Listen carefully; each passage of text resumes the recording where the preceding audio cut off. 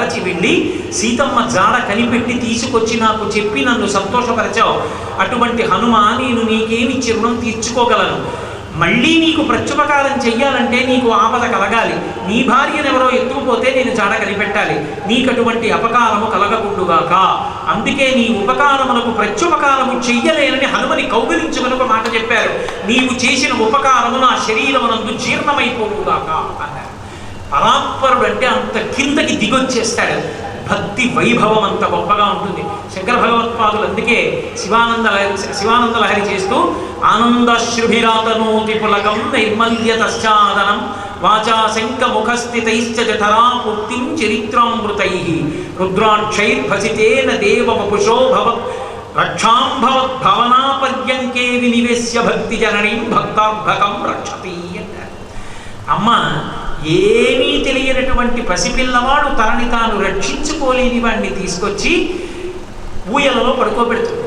వాడికి తెలివి వచ్చి ఏడుస్తాడు. ఆ ఏడుపంతా అమ్మ కోసమే. మేనత్త పరిగెత్తుకొచ్చి ఒళ్ళో పడుకోబెట్టుకుని తాగరా పాలని పాల సీసా నోట్లో పెడుతుంది. వాడికి పాలు కాదు, ఆకలి తీరడం కాదు, అమ్మ కావాలి. వాడు నోరిలా కదిపేసి గుక్క పట్టి ఏడుస్తాడు. అమ్మ ఎక్కడి నుంచో వచ్చి అయ్యో నాన్న నాన్న నాన్న ఏడుస్తున్నావా, అలసితివి గదన్నా యాకుంటివి గదన్నా సన్ను కొడువు మన్నా సంతత పడుమన్నా అని యశోదాదేవి భాగవతంలో చెప్పినట్టుగా గబగబా ఎత్తుకుని ఒళ్ళో పడుకోబెట్టేసుకుని నాన్న నాన్న అలిసిపోయావా, ఆకలేసిందా, అమ్మ కోసం ఏడుస్తున్నావా, నేను వచ్చేసాను కదూ అంటుంది. అమ్మ అలా అనగానే వాడు ఏడు పాపేసి ఆనందాశ్రుభిరాతనోతి పులకం. ఒక్కసారి వారి కన్నుల వెంట ఆనంద భాష్పములు పడిపోయి ఒంటి మీద పులకాంకురములు వచ్చేస్తాయి. అమ్మని చూసి పులకాంకురములు వచ్చినట్టుగా భక్తి అనేటటువంటి తల్లి ఎప్పుడూ భగవంతునికి సంబంధించిన ఆలోచనల చేత భగవంతుని నిర్మాల్యం తల మీద పెట్టుకున్నానన్న సంతోషానికి పులకాంకురాలు వచ్చేటట్టు చేస్తుంది. ఆనందశ్రుభిరాతనోతి పులకం నిర్మల్యతశ్చాదనం. అమ్మ పిల్లవాడిని పడుకోబెట్టి ఊయల్లో వాడి మీద మెత్తటి బట్ట కప్పి ఈగలు దోమలు వాలకుండా చేసినట్టే నిర్మలత్వం అనేటటువంటి దుప్పటిని భక్తి కప్పుతుంది.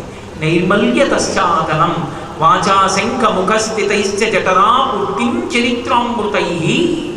అమ్మ శంఖంలో పోసో గిద్దలో పోసో ఆ ఉగ్గు గిన్నెలో పోసో పిల్లవాడికి జాగ్రత్తగా పాలు పట్టినట్టు భగవంతుని యొక్క కథలని తన కంఠమనేటటువంటి శంఖము ద్వారా చెప్పేటటువంటి భాగవతుల నుండి వినాలని గువ్విళ్ళూరేదై భక్తి అన్న తల్లి భగవత్ కథలు అనబడేటటువంటి పాల చేత భక్తుడి కడుపు నింపుతుంది. రుద్రాక్షైర్భసితేన దేవవపుషో రక్షాం. అమ్మ పిల్లవాడికి రుద్రాక్ష కట్టినట్టు విభూతి పెట్టినట్టు భక్తి కలిగిన వాడు పరమేశ్వరుడి స్మరించి విభూతి పెట్టుకుని బొట్టు పెట్టుకుని ఆ రుద్రాక్షమాల వేసుకుని ఈశ్వర నిర్మాల్యాన్ని తల మీద పెట్టుకుని భగవత్ ప్రసాదాన్ని కన్నుల కద్దుకుని నోట్లో వేసుకుని పరవశించిపోతాడు. రుద్రాక్షైర్భసితేన దేవవపుషో రక్షాం భావనాపర్యంకే వినివేశ్య భక్తి జననీం భక్తార్భకం రక్షతి.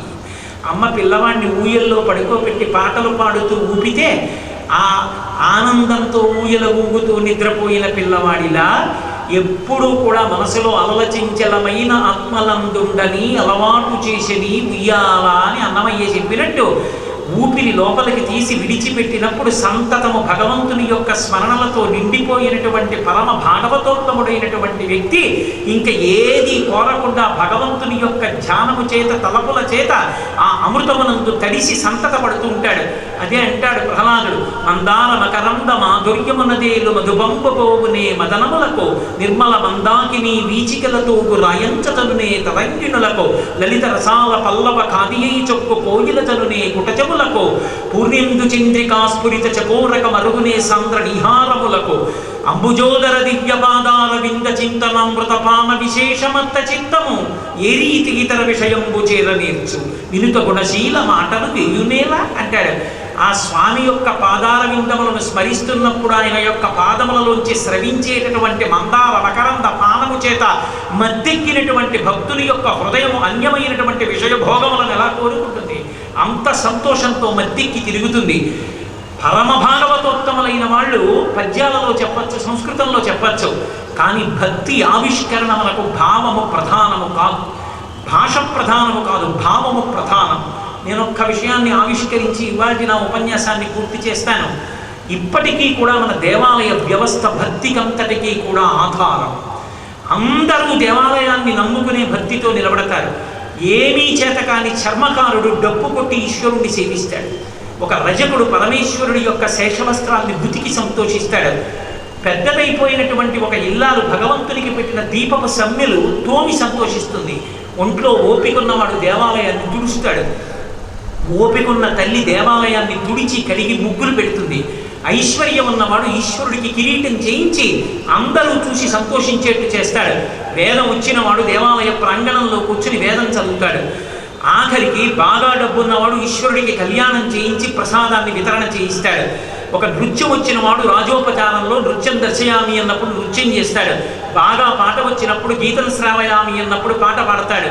ఈశ్వర దేవాలయంలో కూర్చుని ప్రవచనం చేస్తాడు. ఏది చేసినా ఈశ్వరుని యొక్క దేవాలయమే ప్రతి మనుష్యుని యొక్క ఉద్ధరణకు ఆలంబనముగా దేవాలయ వ్యవస్థని సనాతన ధర్మంలో వేదం నిర్ధారణ చేసింది. అందరూ దేవాలయంలో ఈశ్వరుణ్ణి సేవించవచ్చు. దేవాలయాన్ని పక్కన పెట్టి వెళ్ళిపోమ్మని వేదంలో ఎవరినీ చెప్పలేదు. ఒకవేళ ఎక్కడైనా ఎవరైనా దేవాలయంలో ప్రవేశించడానికి ఇబ్బంది పడి ఉంటే అది వ్యక్తుల తప్పేమో కానీ వేదం తప్పు మాత్రం కాదు. ఒక వైద్యుడు తప్పు చేశాడని వైద్య విధానాన్నంతటి తప్పు పట్టకూడదు. ఎవరో ఒకడు ధూర్తతనంతో ప్రవర్తించాడని వేదాన్నంతటి తప్పు పట్టడం సాధ్యమయ్యే విధానం కాదు. కాబట్టి ఏమీ చదువుకోనటువంటి పరమ నిరక్షర కుక్షులైనటువంటి వారు కూడా భగవంతుడు ఉన్నాడని నమ్మడానికి. నేను ఒక పల్లెటూరు ఉపన్యాసానికి వెళ్ళా. 6 గంటల 30 నిమిషాలకు ఉపన్యాసం అనుకుని సంధ్యావందనం చేసుకెళ్ళిపోయాడు. ఫలహారం చేయమంటారు, వెడదామంటారు, గుడికి వెడదామంటారు, గోపురానికి వెడదామంటారు, ఉపన్యాసం మొదలెట్టరు. ఇదేం ప్రారంభమయా? ఉపన్యాసం ఎప్పుడన్నా 9 గంటలకన్నా. ఇదేం ఉపన్యాసం 9 నేను ఇంటికి పడుకుంటాను కూడా 9 ఏమిటన్నాను. అంటే ఇక్కడ భోజనం చేసి వచ్చి శ్రద్ధగా వింటారు. భోజనం చేసి వస్తే నిద్ర రాదా అన్నారు. మీరు చూడండి నిద్రపోతారేమో, మీరు తెల్లారే వరకు చెప్పండి, వాళ్ళు పడుకుంటే అడగండి. 9 గంటలకు మొదలుపెట్టాను. నేను ఆశ్చర్యపోయాను. పట్టణాల్లో వాచీలు చూసుకోవడం అలవాటు. పల్లెటూరి వాళ్ళు నేను చూద్దామని 3 గంటల పైచిలకు చెప్పారు. వాళ్ళు కదలలేదు, వాళ్ళు అలాగే కూర్చున్నారు. ఒక్కడు నిద్రపోలేదు, ఆవలించలేదు. పల్లెపట్టుల్లో ఒక లక్షణం ఉంటుంది. భక్తిని వాళ్ళల్లో వాళ్ళు ఉజ్జీవింప చేసుకోవడానికి వాళ్ళే 2 బృందాలుగా విడిపోతుంటారు. ఒకళ్ళు లేరంటారు ఈశ్వరుడు, ఒకళ్ళు ఉన్నారంటారు. ఏదో ఒక వెంకటేశ్వర స్వామి గుడి, ఓ రామ భజన మందిరం, అక్కడికి వెడతారు. స్వామిని ఓ పల్లకీలో పెట్టుకుంటారు. కొంతమంది పల్లకి ఎత్తుతుంటారు. మిగిలిన వాళ్ళు అంటారు, ఎందుకు ఆ పల్లకి ఎత్తడం, ఎందుకు ఆయన్ని పట్టుకుని ఊరంతా తిరిగి రావడం, కాగడాలు అట్టుకుని అంటారు. ఉన్నాడయా దేవుడు ఉన్నాడయా, కన్నులకు కనిపింపకున్నాడయా అంటారు కొంతమంది. మిగిలిన వాళ్ళు అంటారు, కన్నులకు కనిపింపకేమి చేస్తూ ఉండి ఉన్నాడయా. మరి కళ్ళకు కనపడకపోతే ఏం చేస్తున్నాడయా భగవంతుడు అంటే, ఉన్నాడయా దేవుడు ఉన్నాడయా, కన్నులకు కనిపింపకున్నాడయా. లోకాల చీకట్లు పోకర్ప గగనాన రవిచంద్ర దీపాలనుంచాడయా. లక్షలాదిగనున్న నక్షత్రముల నెల్ల నేలరాలక అట్టి నిలిపాడయా. ఇరుసు లేకుండా నీ భూచక్రమును ఎల్లవేళల తిప్పుచున్నాడయా. జీతబద్ధము లేక సృష్టిలో మన కొరకు గాలిలో గిరికీను తిప్పాడయా. ఆధారమే లేని ఆకాశమంతయు నేలపై పడకుండా ఆపాడయా. పొంగి పొరలుచు వచ్చి భూమిపై పడకుండా కదలి రాయుడి కాళ్ళు కట్టాడయా. ఈ లోకముననున్న సర్వప్రాణులకెల్ల ఆహారమిడి ఆదరించాడయా. తెర వెనకత నుండి తెర ముందు మన నుంచి తైతక్కలాడించుచున్నాడయా. ఇన్ని పనులున్నవాడెన్నటికో కనిపించునన్నమాట మీరు నమ్మకున్నారయా. ఉన్నాడయా దేవుడున్నాడయా, కన్నులకు కనిపింపకున్నాడయా. ఏమయ్యా ఉన్నాడు దేవుడు ఉంటే ఏం చేస్తున్నాడు? లోకాలకి చీకట్లు ఉంటాయని పొద్దున్నే వచ్చి సూర్యుడు అన్న దీపాన్ని పెడుతున్నాడు ఆరిపోకుండా. రాత్రి చంద్రుడు అన్న దీపాన్ని పెడుతున్నాడు. లక్షలాదిగా ఉన్న నక్షత్రాలు భూమి మీద పడకుండా చెయ్యి పెట్టి ఇలా ఆపాడు. ఆధారం లేని ఆకాశం నేల మీద పడిపోతుందేమో అని తన శాసనంతో అలా నిలబెట్టాడు. సముద్రం వచ్చి ఎక్కడ భూమి మీద పడిపోతుందో అని బలమైన వాడిని గోలె బస్తాలో కట్టేస్తే కాళ్ళు చేతులు తన్నుకున్నట్టు చెలిగిలి కట్ట దాటి నువ్వు రాకూడదని శాసించి వేలు చూపించి సముద్రాన్ని అలా నిలబెట్టాడు. అందుకే కెరటాలు వచ్చి వెనక్కెడుతున్నాయి. ఈ సమస్త బ్రహ్మాండములో ఎక్కడ ఏ ప్రాణి పుట్టినా ప్రతి ప్రాణికి అన్నం ఉండి పెడుతున్నాడు. బల్లికి, నల్లికి, కుక్కకి, పిల్లికి, పందికి, మనిషికి ఆయన అన్నం పెట్టని వాడు లేడు. అందరికీ అన్నం పెడుతున్నాడు. తెర ముందు మనను ఉంచాడు, తెర వెనక తాను ఉన్నాడు, తైతక్కలాడిస్తున్నాడు. ఒకడికి ఒక పదవిని ఇచ్చాడు, ఒకడికి ధనం ఇచ్చాడు, ఒకడికి పాండిత్యం ఇచ్చాడు, ఒకడిని పొడుగుగా పుట్టించాడు, ఒకడిని పొట్టిగా పుట్టించాడు, ఒకడికి అధికారం ఇచ్చాడు, రకరకాల విభూతులు ఇచ్చి వీళ్ళందరూ ఇవన్నీ నావే అని పొంగిపోతుంటే వెనక నుండి తాను నవ్వుకుంటున్నాడు. ఏ పని లేని వాడైతే పిలిస్తే వచ్చి పలుకుతాడు, కానీ ఇన్ని పనులు ఉన్నవాడు పని మానేస్తే నువ్వు నేను ఎక్కడుంటామయా, తన పనిలో తాను ఉన్నాడు, నీకు ఎలా కనపడతాడు? ఆ పనులు మానడం కష్టం కాబట్టి మన కొరకే ఆ పనులు చేస్తున్నాడు. మనకి గాలి అందదేమో అని మనం ఎక్కడికి వెళ్ళినా సరే గాలిని ఇలా మన కొరకు తోస్తున్నాడు, గిరికీలు తిప్పుతూ. ఎక్కడికి వెళ్ళినా గాలి అందుతోంది. అటువంటి వాడు లేడు లేడు అంటే పరమేశ్వరుడిచ్చిన వాక్కుకి కృతజ్ఞత, దానికి ఫలితం ఉండదు. ఉన్నాడు ఉన్నాడనండి మీరు ధన్యత పొందుతారు. కాబట్టి ఈశ్వరుడు లేడు అన్నవాడెవరో వాడి జన్మలన్నీ పెద్ద సున్నాలయ.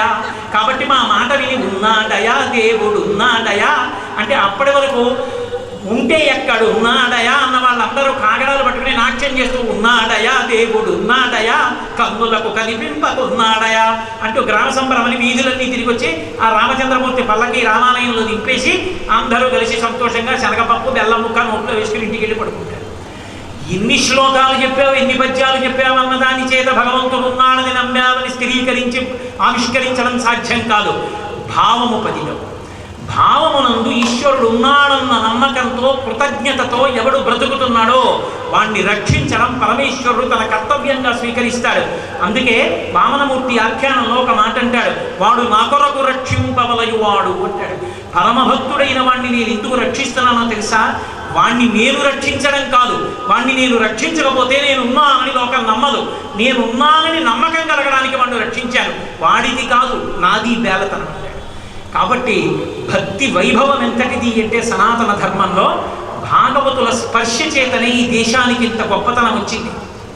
భాగవతుల స్పర్శ చేతనే ఇన్ని తీర్థాలు వచ్చాయి, ఇన్ని నదులు వచ్చాయి, ఇన్ని పుష్కరాలు వచ్చాయి, ఇన్ని దేవాలయాలు వచ్చాయి, ఇన్ని ప్రతిష్టలు వచ్చాయి.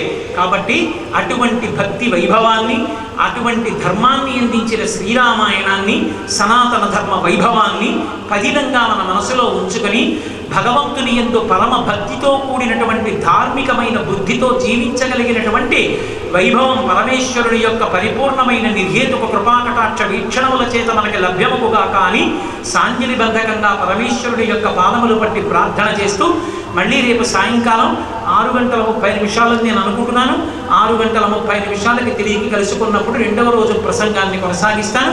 అప్పటి వరకు సెలవు. మంగళాశాసన వరై పదాచార్య పురోగమై సర్వైశ్చ పూర్వైరాచార్యై సత్కృతాయాస్తు మంగళం. మంగళం కోసలేంద్రాయ మహనీయ గుణాత్మనే చక్రవర్తి తనూజాయ సర్వభౌమాయ మంగళం.